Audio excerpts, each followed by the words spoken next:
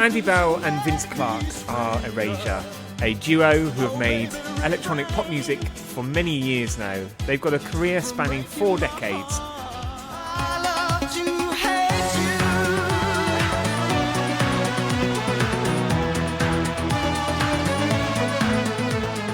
They've sold 25 million albums worldwide and are well known for their big hits such as A Little Respect, Sometimes, Stop, their work as massive ABBA fans on the ABBA S collection. If you change your mind, I'm the first in line. Honey, I'm still free. Take a chance on me. And have continued to have success through the subsequent decades and have been releasing new music through the noughties right up until 2020.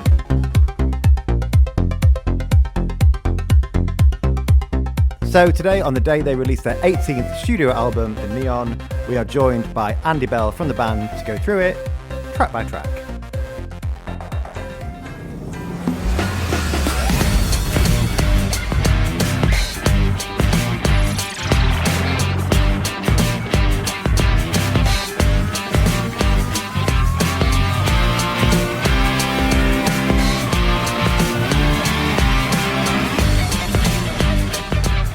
Hello. Hello. You're listening to Track by Track with me, Dan. And me, Will. This is the podcast where we take a great pop music album and talk about it track by track. And today we're doing something very special. Yes, on the turntable this week we have The Neon by Erasure, and we are thrilled to be joined today by Andy Bell from Erasure. Hello, Andy. Hi there, how you doing? We are good. It's great to have you on the line with us today on release day to talk about The Neon. How does it feel? I guess you've got a lot happening at the moment, but how does it feel to have a new album out today? Yeah. I mean, this is for us. This is like really exciting. This is kind of the most exciting it's been for a long, long time. So, I don't know if it's because of lockdown or if it's because of the album. I mean, I kind of put it down to the album because we've managed to generate this kind of excitement, which we haven't had for quite a while, and I think it's just maybe the order that the tracks have been released in so far, 2 singles and 1 in between, and then the third Nerves of Steel single with the loads of the RuPaul Drag Race crew. So I think we've kind of managed to kind of get people's interests pricked up a bit, you know. So it's very exciting, and I've seen posters on the street, which is unheard of. But it's strange because there is definitely an excitement about it, but also what a strange time to be releasing a new album. What a strange sort of campaign you must be on compared to the other 17 studio albums. Is it? I think it is really weird. Yeah, I do think Erasure are really weird, you know. I mean, for a start, the name's weird, you know, and it's kind of like. But I must admit, I've seen it more and more and more as we've had all these kind of like the BLM movements this year, and talk of indigenous populations being erased from the planet in Brazil and different places. I just see the name Erasure more and more and more, and I just think, well, it's quite. I don't know. It's quite bizarre because it was a very odd name for a band, really. So the album itself, this was written before lockdown, wasn't it? Or before the pandemic? Yes, it was all. We'd written it in last year, probably. I think probably in about August, maybe July, August time. It was written, and then that was Vince's music in Brooklyn, and I went to see him, and as usual, we I just kind of grabbed the mic, start toasting top lines, and but this time it just seemed like something really special. I don't know why. It was just I wanted something that was kind of reminiscent of new wave, but just that kind of excitement of being a new record buyer, just that going into the record shop when you're 15, 16 years old and looking through, flicking through all the albums and stuff. And I just love that, I really miss that.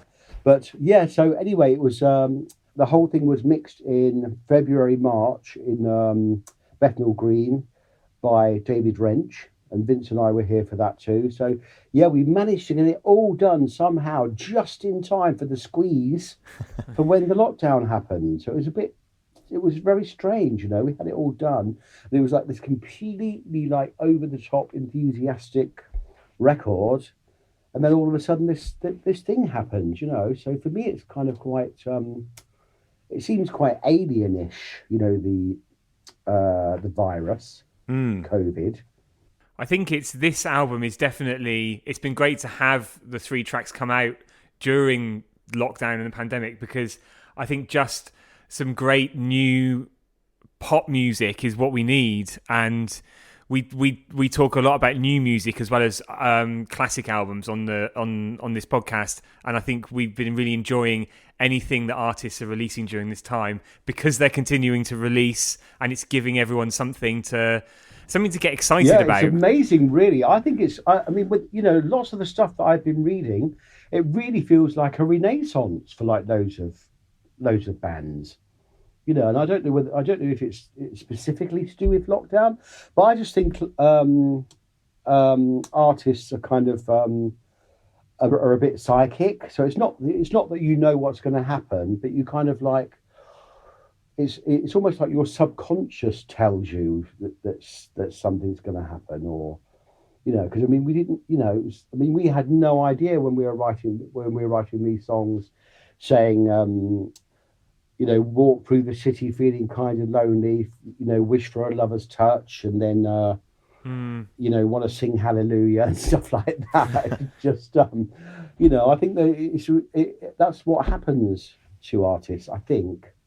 And then the title, the neon, there's a bit of a meaning behind that as well, isn't there? Well, that's, to me as well, that's like, you know, because when I'm doing lyrics, I always feel like I'm doing auto writing, which is a lot of those kind of spiritualists do that, you know, in spiritualist churches and things. But yeah, for me, the neon that's evocative of that kind of like science fiction meets spirituality, you know, and it's it just refers me back to the fairground when I was a kid, and like living in Peterborough.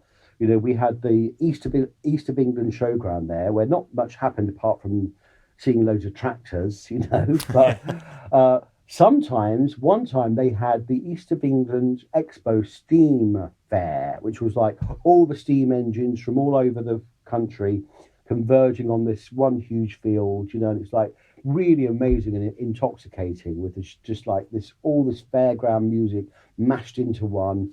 And yeah, I'm not sure whether they had neon in those at that fairground, but you know, at regular fairgrounds where they have the neon. I mean, where we did the photos was a place called God's Own Junkyard, and they are actually a fairground. They're a fairground family, so they're all the neon they have there is they're restoring it back to how it was in the first place, you know. So it's kind of like for me, it felt like the whole thing's really magical, because it's like, because you've got this gas trapped inside a tube, and the tube's already been bent into a shape, like creating a word, and then you pass electricity through the gas, and depending on the mixture of the gases, that's the color that comes out. And the fact that it was used for advertising, I mean, for me, it's you know, I hate advertising, even though I love the poster being up in the street. But, you know, it's like just that constant advertising when you're online, you know, in your face all the time. I think it's a bit like pollution, but neon is just a really soft, gentle way of doing it. I don't know.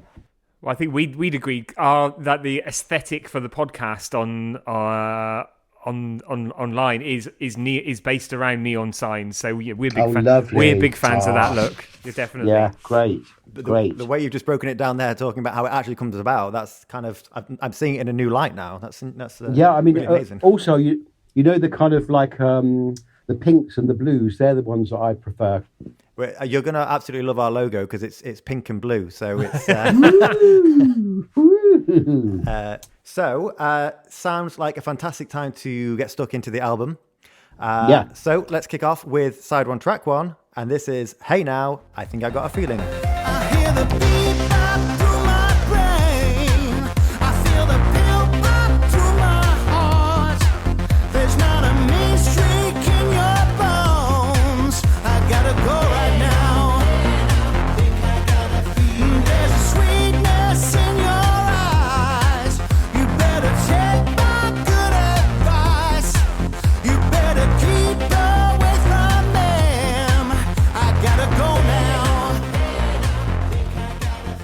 that song reminds me of. I mean, it was really strange because because the Black Lives Matter all happened at the same time when the single was going to come out. We was in the beginning we were going to call it "Walk Through the City Singing Hallelujah," and then we thought, well, it's a bit that's not really right on for what's going on, So we changed the title, but it kind of reminds me of, because it's saying destroyed all the rumors with a stick of war paint. That reminds me of like walking through the city with a red flare. Those flares. Yeah. Yeah, that's what it reminds me of. So it is like a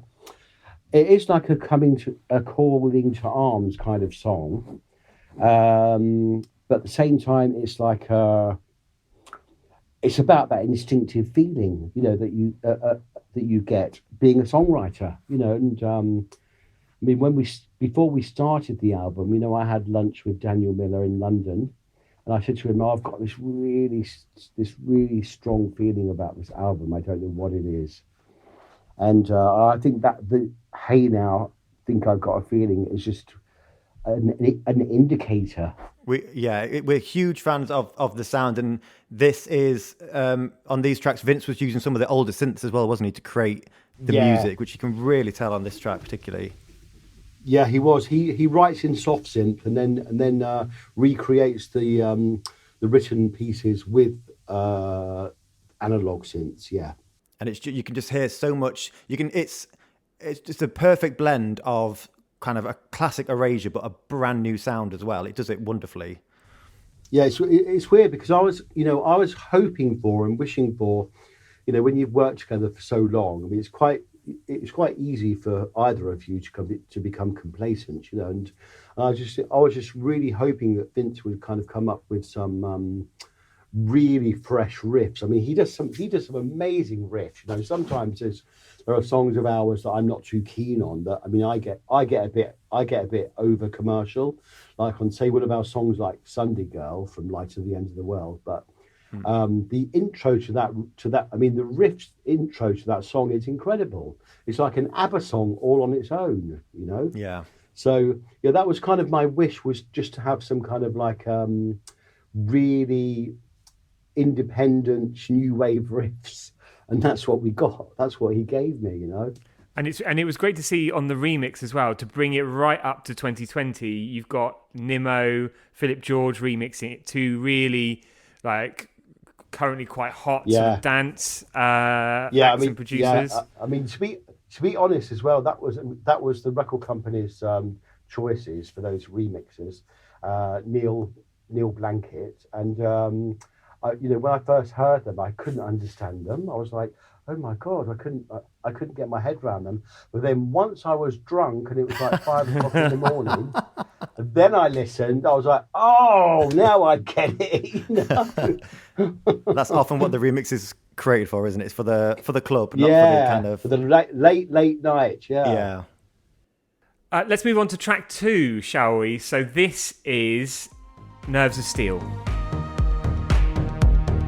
You're the object of my affection, nerves of steel, turning my direction, my desire and my intention. Yeah,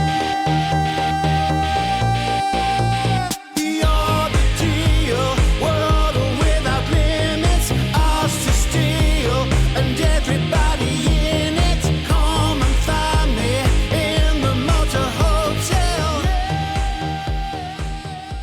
Nerves of Steel is my favourite track on the whole album, just because it reminds me of it's kind of like electro rock, and I can't wait to perform it live. I think it's one of our sort of best ever songs. It's kind of in the vein of You Surround Me, but because it's got that sort of rip roaring chorus, I just can't wait to do it live.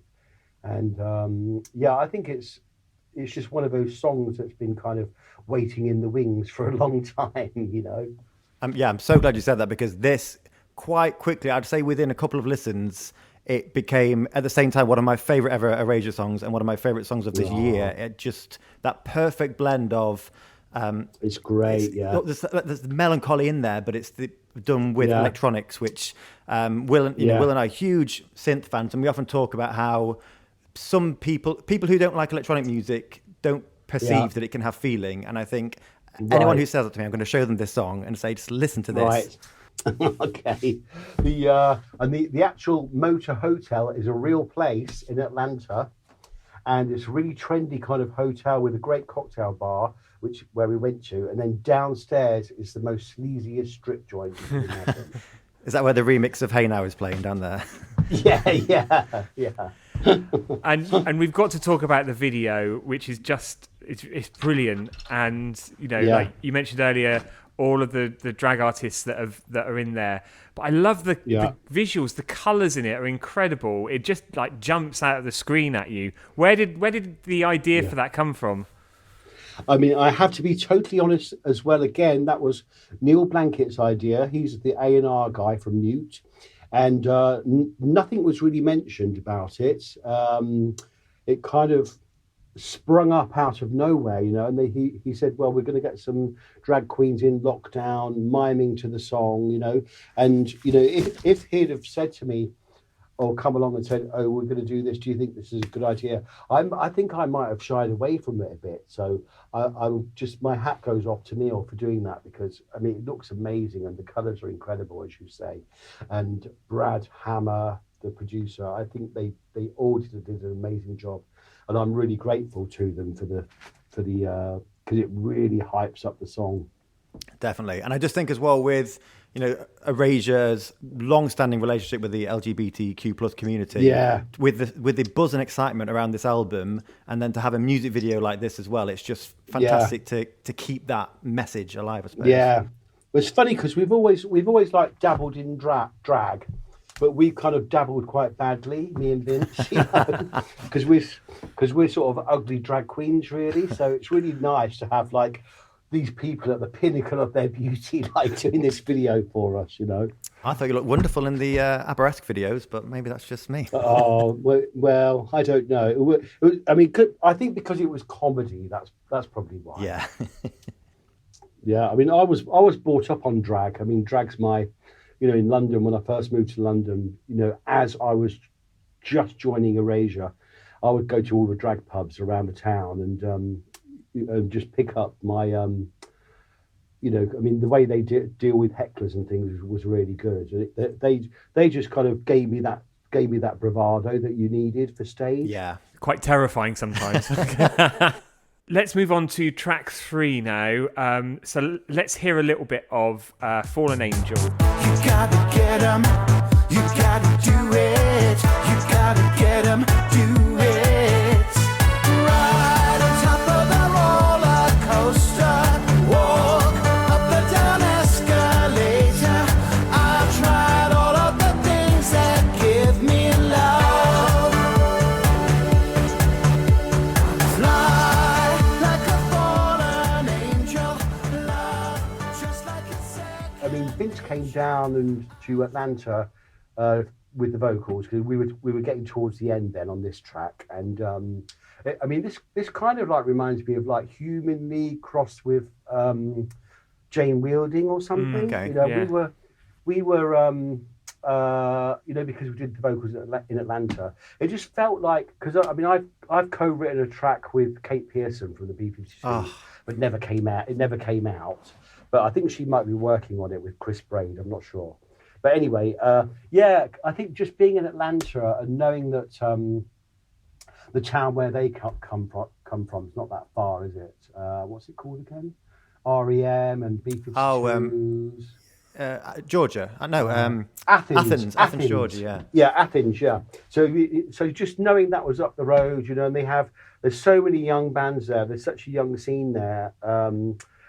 It just made you feel young, and it made me feel like, I think one big thing as well about the Neon is it sounds like a band. Yes, it does. Just the name The Neon sounds like a band. So I think it's been quite clever in where they've kind of shrunk the name Erasure in places and just put the Neon, so it looks like it's a brand new band with a brand new album, and that's really how we wanted it to sound. Like we wanted it to sound like it could be a brand new duo or a brand new band. You know, for the people who haven't heard of Erasure, here's a brand new band called The Neon. Well, yeah, when you look at the thumbnail of the album cover online, you can actually see The Neon, but you can't actually see Erasure.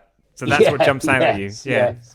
Yes. I think before anyone else steals that name, the Neon, Will, you and I should register us as the band called the Neon. It's a great name for a band. It's too good not to do something with. Andy, we might need some help in actually making the music, if that's okay.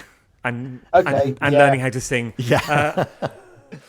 This song, though, it's such... I was listening to this earlier on the tube, and I could almost see a crowd, a sea of faces listening to this one. It feels like a real fan anthem. And it's the upliftingness, and also the chorus talking about escalators and roller coasters. It just feels like I would hope that this is on the set list when you do get to tour. Yeah, it makes you feel like you want to do it. It makes you feel like you want to run up the escalator. Yeah. Up the down escalator. Yeah, it makes you feel like you want to do it. It was quite funny because when we I just like worked roughly on the lyrics, and then when Vince came over, because that first chorus I said I was so far up myself, and he said, "No, you can't say that." That's like, you know. So he goes, "Why don't you say I was so far off of myself?" I said, "Oh, okay then. Yeah, let's do that." So, shall we move on now to track number 4, and let's hear a little bit of "No Point in Tripping." Ain't no point in tripping, it's only good for tricking the minds. I'm about to reach you, it's all about perception and time. Baby, come on, you're the one I need. Baby, hang on, you make me believe. So, "No Point in Tripping" there. Andy, that's my favourite track, I have to say. And again, it's the Wow. chorus that gets me every time. It's really euphoric when you get up there. I mean, for me, it's sort of like reminds me of Yazoo on the verse, and then Scissor Sisters on the chorus. Oh, yeah. Two of our favourites again. Yeah, so I don't. To be honest, I don't really know what it's about. This song, it's kind of like more like I don't know, just sounds like a punch bag love song, really, which I know is not very good. There's- Not a very good thing to say. You know, sometimes people need them. I love the phrase punch Yeah. bag love song. There's a song title in itself there. Oh yeah. I love the real playfulness, the lyrics on this one with the "Ain't no point in tripping, only good for tricking the mind." I love that line. Yeah. I mean, it's true though. It's pointless, really. You know, it doesn't matter. You know how much you love getting off your face. It's in the end, it's all the same. It's just the same experience every time. So, And there's a bit of a sort of juxtaposition between it's very immediate, the music and the vocal at the beginning, very, very immediate. And then that chorus comes in, as you said, which is much poppier, and also fantastic to hear your falsetto there as well. yeah, I think it's straightforward pop, that one. Which we love. Yeah. So let's have a little listen to the next one. This is, of course, we've heard this Okay. one on the radio. This is Shot a Satellite.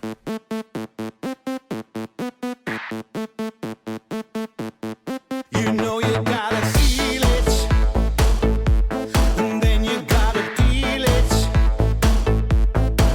We go around and around and around. It's gonna be a riot.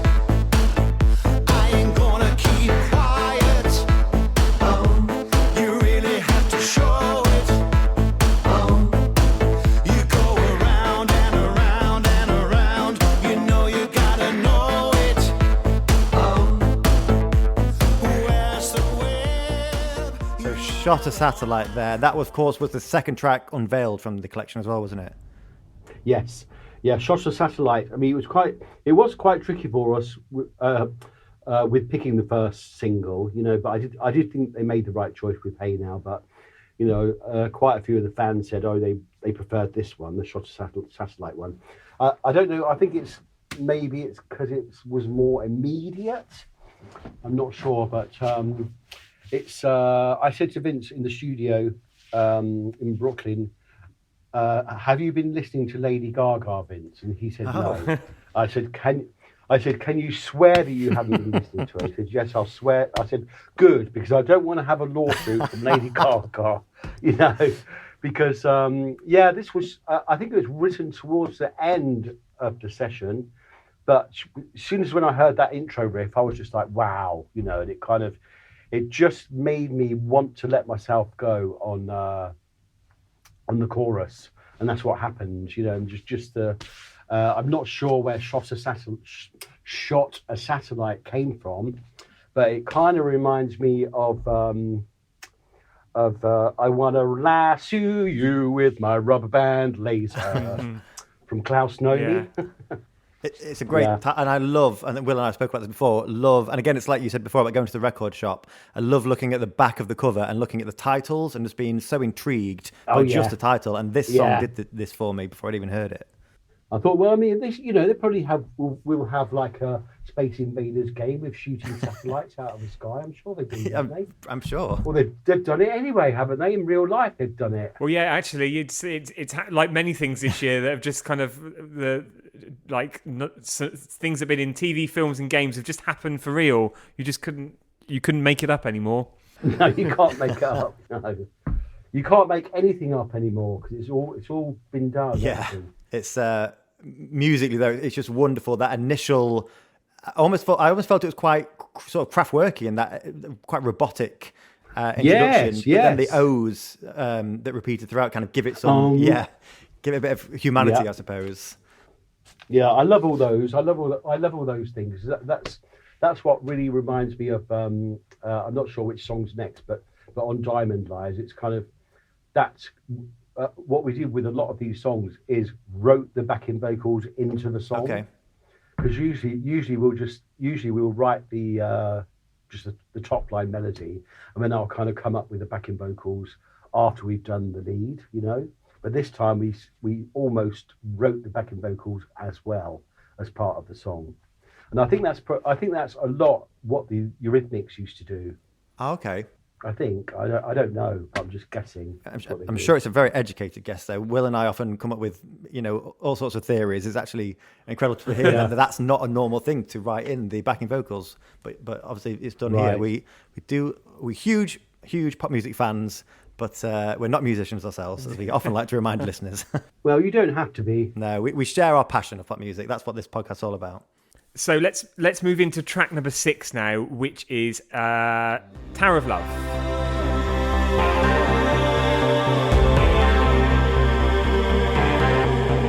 Said yourself you shouldn't be there.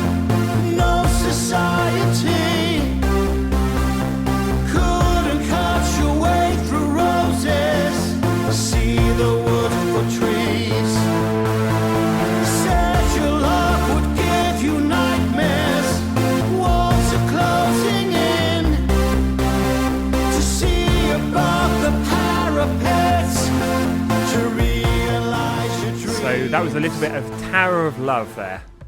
I think it sounds like the one odd track that is a bit out of place on the album, but it's kind of because I think it could be that song could be in an Erasure musical. That song, it's kind of like it's almost on its own. But a friend of mine, she asked if I would write a song about her. So it's kind of loosely based on her.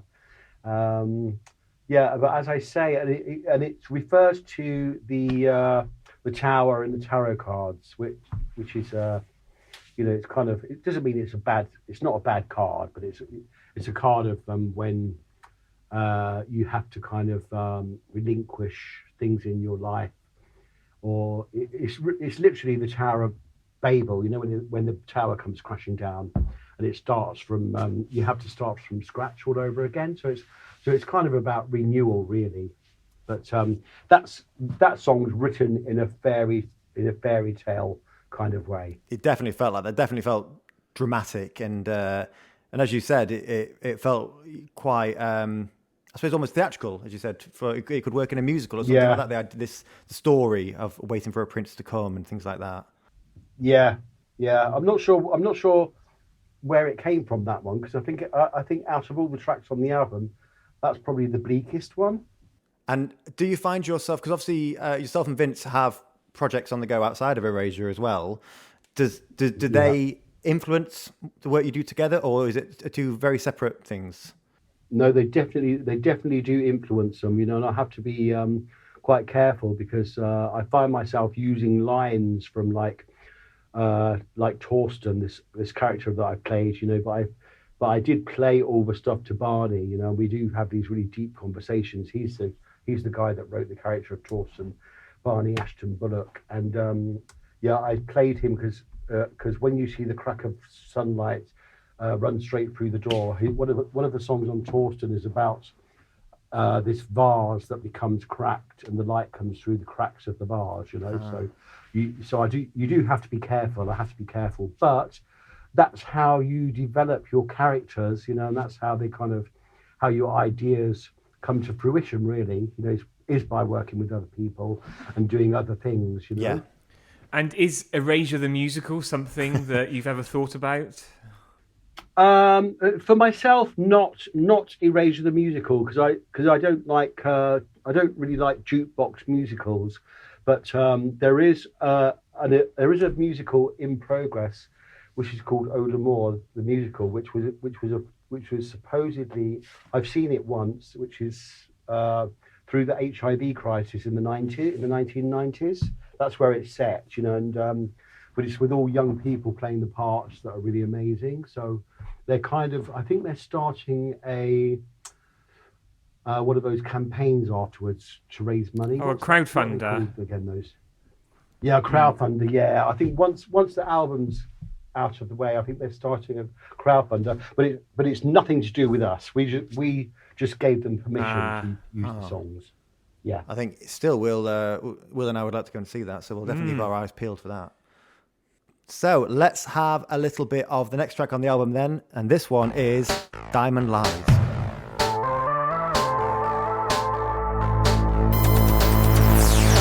Do you wanna be there? Take a placebo, square in the circle. Oh, what does she know? Living every second as if it were the last. We could go up anytime, 'cause life is a blast. I got a few moves, I dance like you do. Chew it up and spit it out, start over again. Hang on for dear life. So Diamond Lies there. Diamond Lies. Yeah, it's a bit of a mishmash of a song, and it does remind me of Love Is a Stranger, which is my most favourite Eurythmics song. And but the subject matter is a bit cruel, I think. It's a bit it's kind of at the same time as slagging off an ex. It's sort of like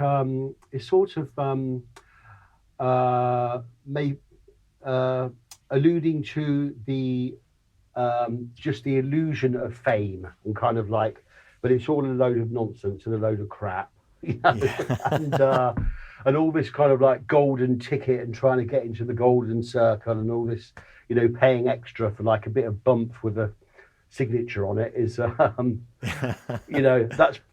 what that song's about mainly. It's just the illusion of fame, and at the same time this notoriety of this person that keeps turning up over and over again, that you don't want to necessarily see them. Yeah. Yeah. And is that based on someone specific? No, I couldn't say that. No. No. We'll all have our own ideas about that. Okay. It's great. I love the opening to it. It's kind of quite stark, just the synth, and the vocal there. It's very electronic, but it's quite stark as well. I quite like that. I like that way that the on a couple of the tracks, it's just the lead melody and the lead synths playing the same melody. It's just I quite like that. It's just like doubling each other. And again, another one that if I saw the record in the shop and turned it around and saw this title, Diamond Lies, this is definitely one of the ones that I thought I want to know what that song's about. Well, I have to say, in the beginning it was called Goddamned Lies. And the vocal producer Ben Allen said, "Why don't you try and choose something more descriptive?" So we came up with the word diamond. Love these little tidbits. Yeah. Well, it's all little hints and clues, you see. Yeah, like a scavenger hunt or something. So let's move on to track number 8 now. This is New Horizons. You're my savior. You're my rock in the storm. Like the sea upon the shore, the tides are changing. And the struggle we've been through comes to an end. And to see upon your face the doubts are fading.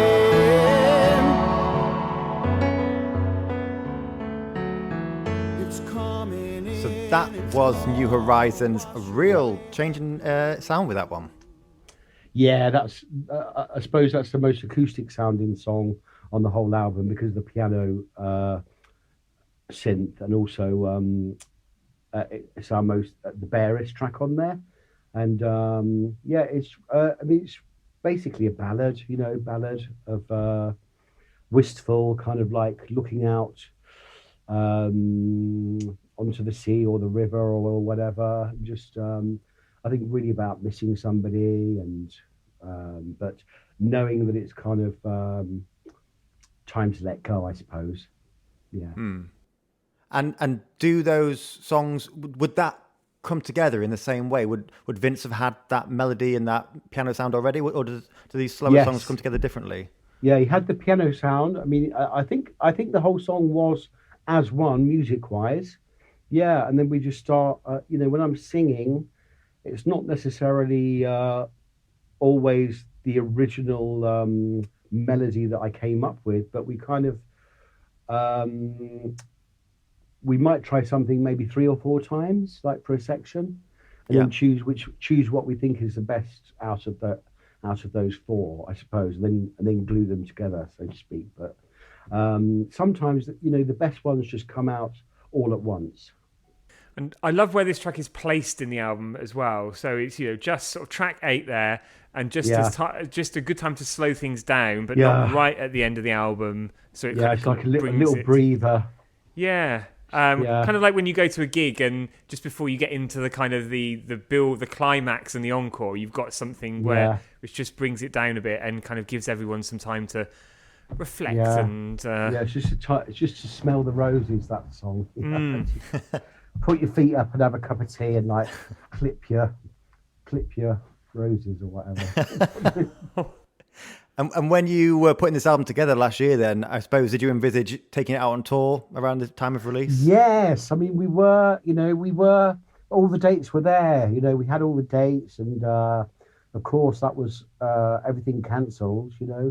Of course it's all pending on reopening and all that stuff. Yeah. Let's move on to track number 9, and this is Careful What I Try to Do.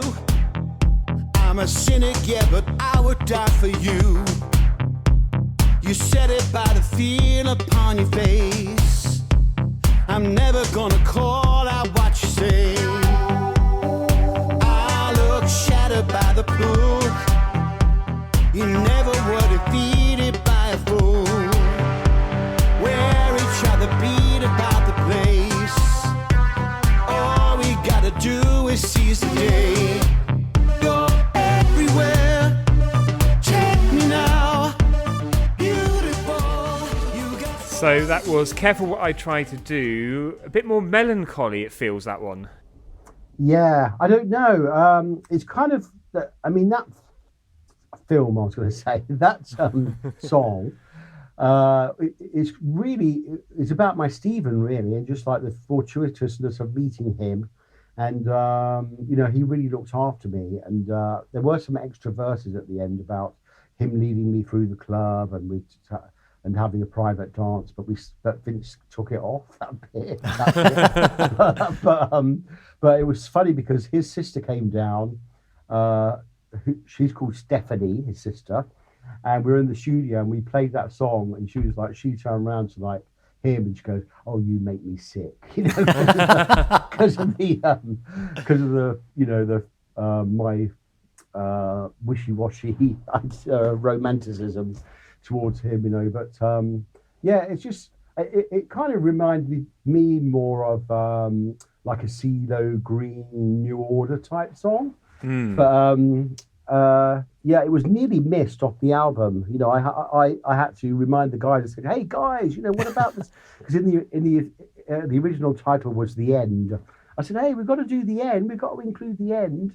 And then once they played it and they heard it, they said, "Oh yeah, they'd forgotten about it," because I think there were 16 songs in all that we finished. So what didn't, of like the 16 tracks, is there anything that you think, oh, I wish that was on there, or I can't wait to maybe get that there as a B-side or something? Yeah, there's only a couple of those ones. One was called Time, that nearly made it on there. But it's all sung in falsetto, so it's quite hard, that one. And then also there's another track. How's it go, the chorus? It's hearts full of love. Yeah, I can't remember.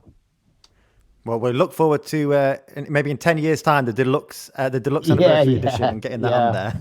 Yeah. And I also definitely want to hear the extended version of "Careful What I Tried to Do" and those extra verses as well. Oh, right. Well, I hope they kept those endings. I mean, we had double tracked the whole thing, the album, but Vince thought it sounded too poppy, so we took all the doubles off and made it solo lead vocals. I do have to say as well, the synths on this one I really love, because there's just kind of lots of little effects dropped into that intro. It's just different noises and things going on that you just kind of little synth stabs and things like that. It's really great to pick them out. Yeah, I mean, on that song as well, we really did meet in a nightclub. I met my partner in a nightclub, but he was the owner of the club. So, and I was doing a PA at the club. So that's how that songs came out. So, as I say, it's quite pop starry, because you don't get many songs saying I look so tired by the pool. We aspire to that. Exhausting. Yeah. Let's move on to the last track on the album now. So this is "Kid, You're Not Alone."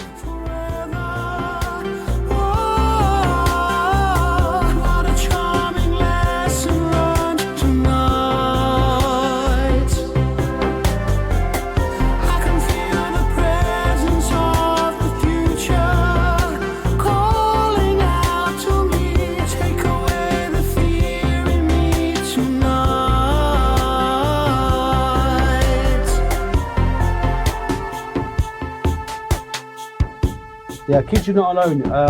It's a lovely song. It's one of those again where the melody just came out, and it was that kind of I suppose Justin Timberlake sort of "Cry Me a River" type song, and the subject matter was really because Vince's son came down with us in Atlanta to stay, and I just imagined what it must be like to have a son, because I don't have children, so just what it must be like the advice that you have to give them, and you know that they're going to hurt themselves, but there's nothing you can do about it. All you can do is kind of tell them everything's going to be all right, and they probably won't believe you, but it's just that it's that really, all that stuff that I suppose I miss not being a parent, but we've got our dog instead. Oh, a furry baby.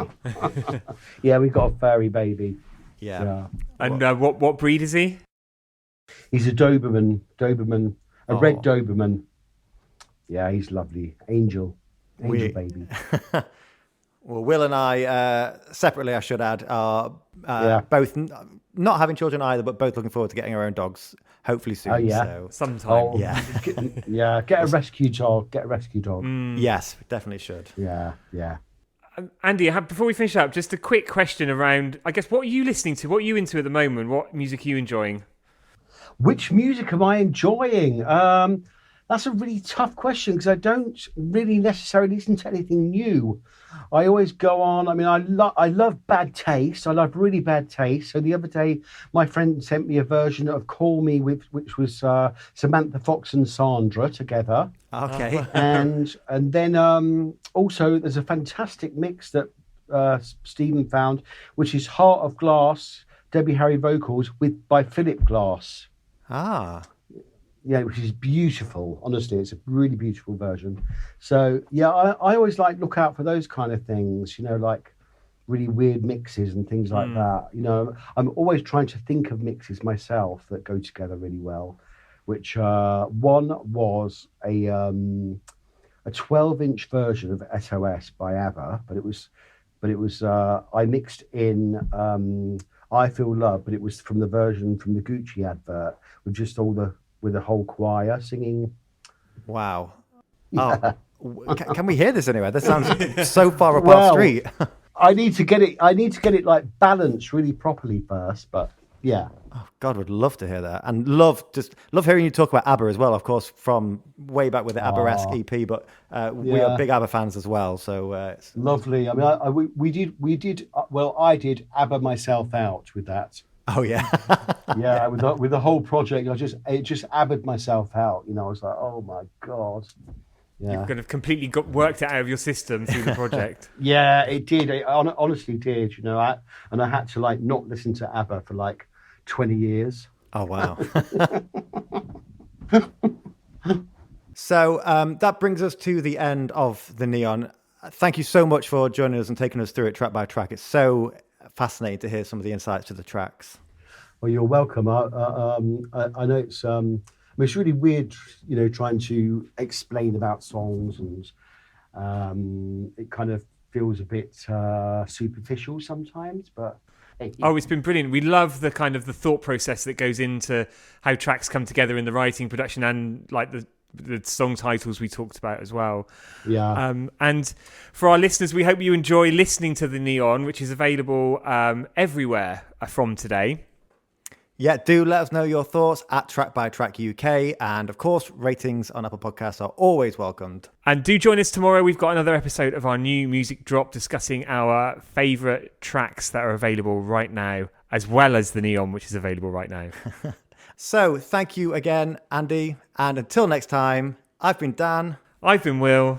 I've been Andy Bell from Erasure. Thank you so much, guys. It's been a pleasure. Thanks, Andy.